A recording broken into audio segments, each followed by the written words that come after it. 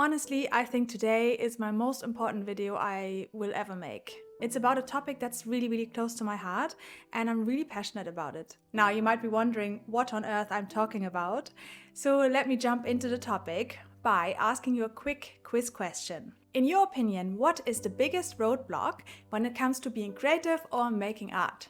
Is it A, a lack of talent, B, lack of right materials or gear, or is it C, you simply haven't mastered the skills yet to be creative? So actually this is a bit of a trick question. In fact, none of these are issues at all. The only issue I see with every creative person I know pretty much is lack of confidence. By the way, this is also including myself. We all think we're not good enough, we don't have talent, we don't have what it takes. Our stuff sucks, it's embarrassing, I don't want to put it out there, it doesn't compare to the other amazing art out there, and so on and so on. And then sadly, the result of this is that so many people just stop, or they don't even start, they don't even try to be creative, or they abandon their creative passions and hobbies, they put their art materials away, and then they tell everyone, oh well, I guess I'm just not the creative type. But then the problem with that is that inside they feel sad and unhappy and frustrated that they're not pursuing what they love.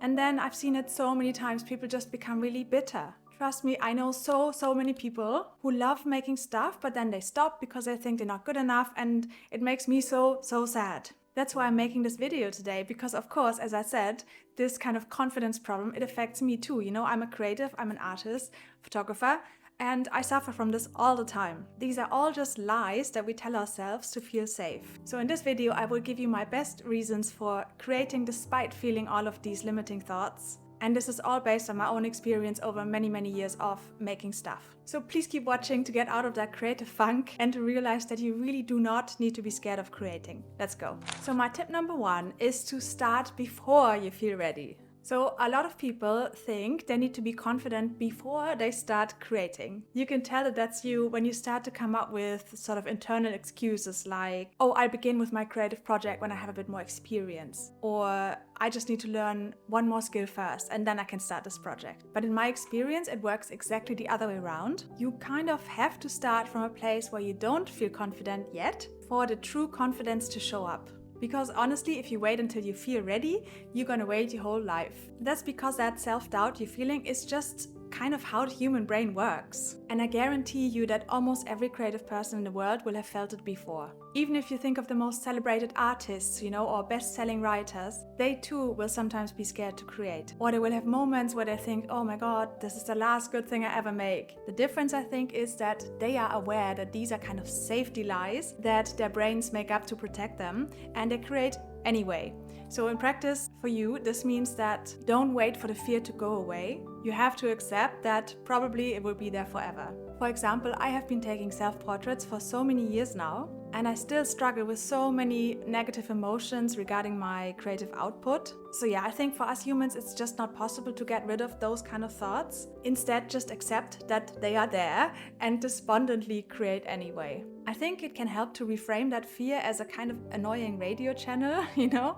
It's like there in the background and you can't really turn it off, but you can try and turn the volume down and ignore it honestly as best as you can. Okay, then my second tip is to focus on the process, not on performance. So first of all, of course, it's totally normal that we all want our work to be good or even excellent. However, it can become quite risky if excellence is your only goal when you're creating. Because if you're just creating for likes and praise and applause, you'll probably find that the process becomes pretty joyless because you're leaving out the best part, which is that creating is meant to be fun. Think about how children make art. They're not scared to create. They scribble until the paper tears, or they just put glue all over things, and they spend hours doing this not because they were gonna post it on Instagram, but because they're having a great time doing it. I used to be like this too.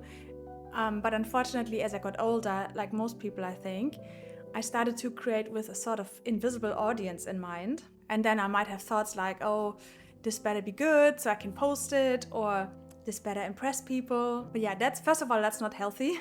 And secondly, it really shifts the energy from enjoyment to the performance, the outcome. So my tip is, if you can, try and bring back that play element. You want to give yourself permission to make something without needing it to be good.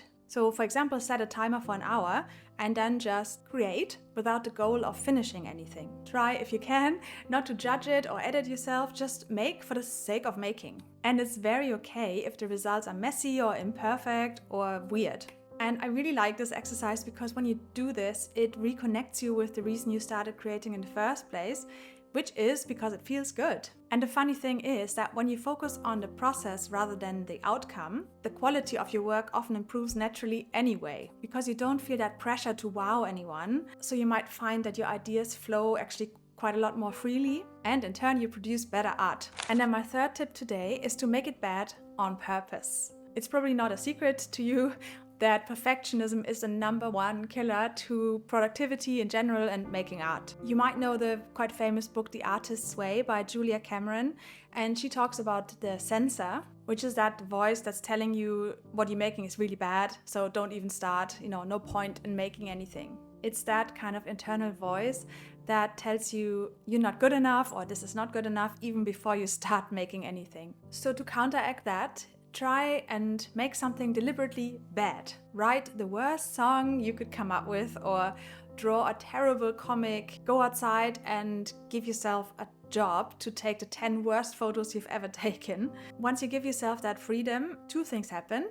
#1, you don't feel that pressure to be good naturally because you're trying to make something pretty bad. And second, you start moving and doing stuff, and that will always lead to momentum. And then once you actually start creating, things flow and evolve naturally. And what started as a bad piece might actually turn into something surprisingly beautiful or interesting. And even if it doesn't, by the way, you still gain something because you had fun, you were creative, you tried something new, you explored, and you hopefully had fun doing it. And what's great about making bad art is that it still teaches you more than making no art at all. And in fact, if you ask professional artists, they know that most good art is actually built on a foundation of a lot of bad art.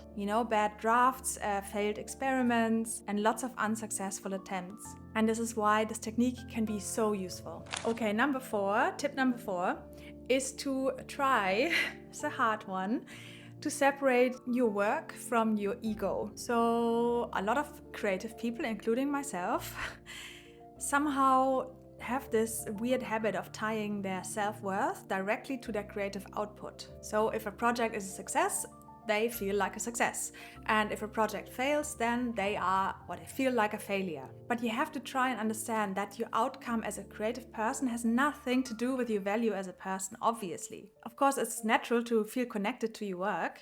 After all, you're pouring time and energy and your heart into it. But if you have your ego and your identity too tightly in your creative work, creating is going to be unbearable. I can tell you that from my own experience.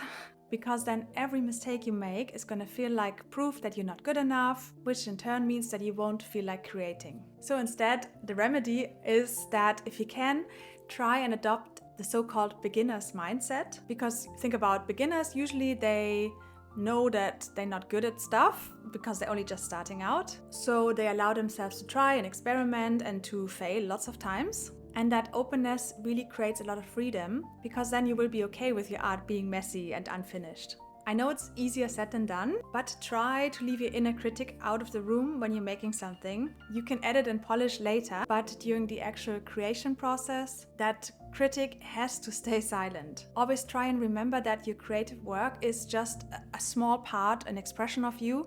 It's not your whole identity. And the great thing is, if you can manage to separate your ego from your creative process, you will gain so much more freedom, because then you can try new things and do stuff without this inner critic constantly judging you. And of course, again, the less pressure you put on yourself, the more interesting and original your work often becomes. I'll get to the next tip in a moment, but just to remind you that it would help me a lot if you subscribe to this channel so I can make more content for you. Thank you so much. Back to the video. Okay, tip number 5 is that tiny, consistent action wins. So there's this really weird romantic myth about creativity. So many people think that inspiration strikes like lightning, just like in the movies. They have this idea that great art only happens in like these big bursts of activity. But actually, I found that most creative work is built through tiny, consistent action rather than these sudden moments of genius. So a great way to put this into practice is to establish a 15-minute rule. It works like this.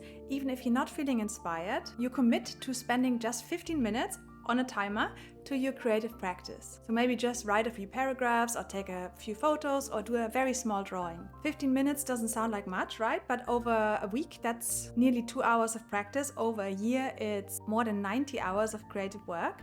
So it really adds up. And the best thing is that often you get started, you don't want to stop after 15 minutes. You actually want to continue doing 30, 60 minutes, whatever. Because as you probably know, when you're being creative, starting is actually the hard part. Once you're in motion, it gets much easier. Okay, then tip number 6, one of my favorites really, is to try and not compare your beginning to somebody's end. And I see this in a lot of people. You know, they scroll through social media, they go to a museum, whatever. They see somebody's polished art and then they immediately think, okay, my work's never gonna look like that. And honestly, I also struggle with this. But in that case, what we're doing is we are actually comparing our beginnings or our unfinished work with somebody's highlight reel. Think of every artist, musician, writer that you admire, every accomplished artist.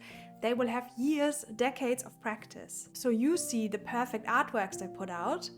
What you don't see is all the messy drafts, the unfinished things, the things they didn't like, you know, the stuff in the drawer. Like Leonardo da Vinci didn't start with the Mona Lisa, that came after many decades of painting. So whenever you feel intimidated by somebody's creative output and masterpieces, please try and remember that mastery is built very, very slowly over many years, many hours of practice. The beauty of being a beginner or maybe early in your creative journey is that you have room to make mistakes. You know, you're allowed to make mistakes. You don't have to put stuff in a gallery tomorrow.